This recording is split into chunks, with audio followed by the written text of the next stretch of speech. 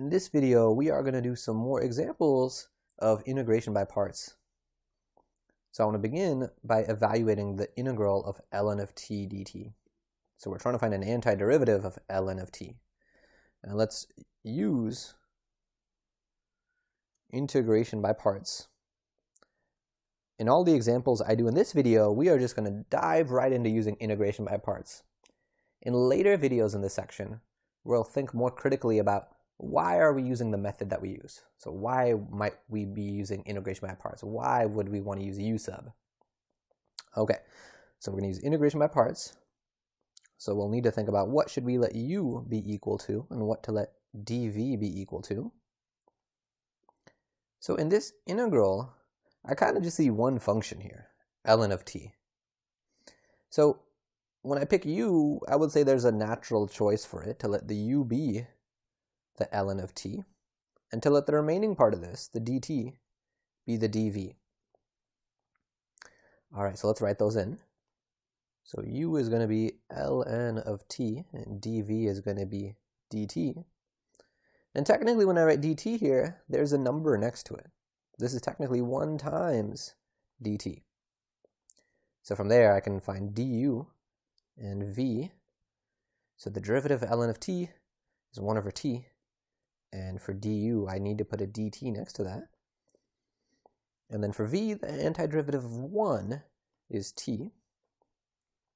Alrighty, so now I'm ready to use my integration by parts formula, which remember was uv minus the integral of v du. That's what this whole thing is going to be equal to. So now when I plug stuff into this, let me just continue my equal sign. When I plug stuff in, u is ln of t times v, so times t, minus the integral of v du, and v was t, du is 1 over t dt. All right, so simplifying, this equals ln of t times t minus the integral, and now if I cancel these t's, we just have 1. And that's one of the things that we look for when we do integration by parts. The integral that we end up getting, this integral of v du, should be easier than the one that we started off with. And that's happening here, because integral of 1, that's not bad to do at all. Okay, so this becomes ln of t times t minus integral of 1. We did that already. That was just t. And then this is an indefinite integral, so I have to put a plus c at the end. And that is it. That is actually the general antiderivative of ln of t. So one thing I want to note about this is, what if instead of this, we had let the ln of t, sorry, I got to fix this a little bit. We had picked ln of t dt for dv, because the dv part always has to include the dt. So what if we included ln as part of that? So what if we pick this for dv? And if we had done that, that would mean that, well, what would u have been? U would have been whatever's left, which is technically a 1, and u equals 1. So if we had done this, this would not have been helpful. But why? So it wouldn't have been helpful since if we had picked this thing for dv, ln of t dt, we would have needed to get its antiderivative to find v. But we don't know the antiderivative of ln of t. That was the problem. That was the question we were trying to figure out. So this was not helpful since we didn't know the antiderivative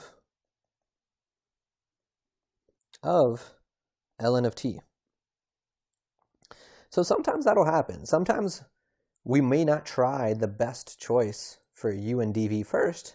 Like if we had done this bottom choice first, we would have run into a dead end because we would have needed to find the antiderivative of ln.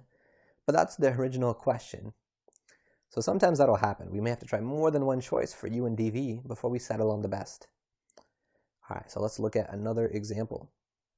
Now let's evaluate integral of x squared e to the 4x. All right, so for this question, I want to give you all the opportunity to try it on your own first. So pause the video for about 2 to 3 minutes to try this question. And I'm already going to say, use integration by parts. So 4, 3, 2, 1, pause the video. Pause it for 2 to 3 minutes to really try this question. So that may not be enough time to finish the whole problem, but that's okay. I mostly want you to engage with the process of thinking about it and what the key steps might be. All right, so let's talk about it together. So we are going to try integration by parts.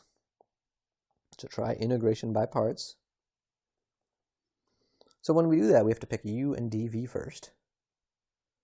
So we need to pick a choice for u and dv. Alrighty, and it turns out the best choice for u is x squared, and then let dv be the other stuff, e to the 4x dx. And I'll talk about why, but to talk about why, let's first write down what du is and what v would be. So du would be 2x, taking the derivative, and then I have to write dx next to it. And then an antiderivative of e to the 4x is 1/4 e to the 4x. So why is this a good choice for you, letting it be x squared? So when we do integration by parts and use the formula uv minus integral of v du, in this integral, this du shows up in it. So ideally, we'd like the du term, this derivative of u, to be simpler than what u was. And by picking u is equal to x squared, this is a good choice for you, since the derivative is simpler than u is. And that derivative, du, it is going to get plugged into this integral that we end up needing to compute. So there isn't one rule that applies for every single integration by parts problem and tells us what to let u be and what to let dv be equal to, but this is a big tip that can help us narrow it down and identify a good choice. All right, so now if we plug into our formula, we get that this equals, our integral will be uv, so multiplying them we'll get 1/4 x squared e to the 4x minus the integral of v du, so that'll be 1/4 e to the 4x times du, which is 2x dx. Okay, so simplifying this equals 1/4 x squared e to the 4x minus, and then we can pull the 1/2 in front, because that's 2 times 1/4, it's 1/2. And then we're left with x e to the 4x dx. And this isn't an antiderivative that we know how to do just in our head, most likely, but it is simpler than the one that we started with, because at least the power of x is smaller. Before I had an x squared, now I just have x here in front. So it is an easier integral. And in fact, because doing integration by parts had made it simpler, maybe, like it had made that x squared become an x, maybe let's try it again, and maybe it'll make it simpler even yet. So let's try integration by parts again. Sometimes we'll need to do that. Sometimes we'll need to do integration by parts more than once. So I'll need to pick a u for this integral and a dv for this integral. And let's pick u equal to x, so that its derivative will be simpler, and dv will be the remaining stuff, e to the 4x dx. So then du, derivative of x is 1, and then I need to write a dx. And then we've already done this one. V would be 1/4 e to the 4x. And now let's plug in. So let me scroll down, give myself some room here. So we'd end up getting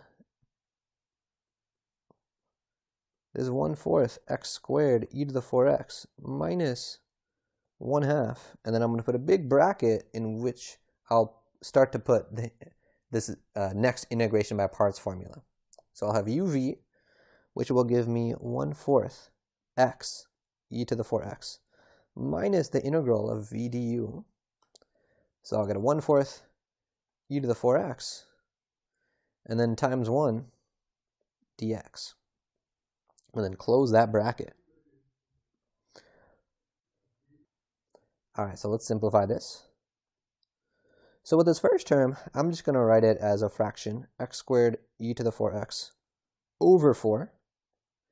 And then this negative 1/2, let me distribute it into the next two terms.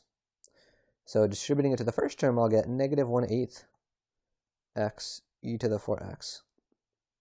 And then when I distribute it to the next term, it'll multiply this negative 1/4 and give me a plus 1/8.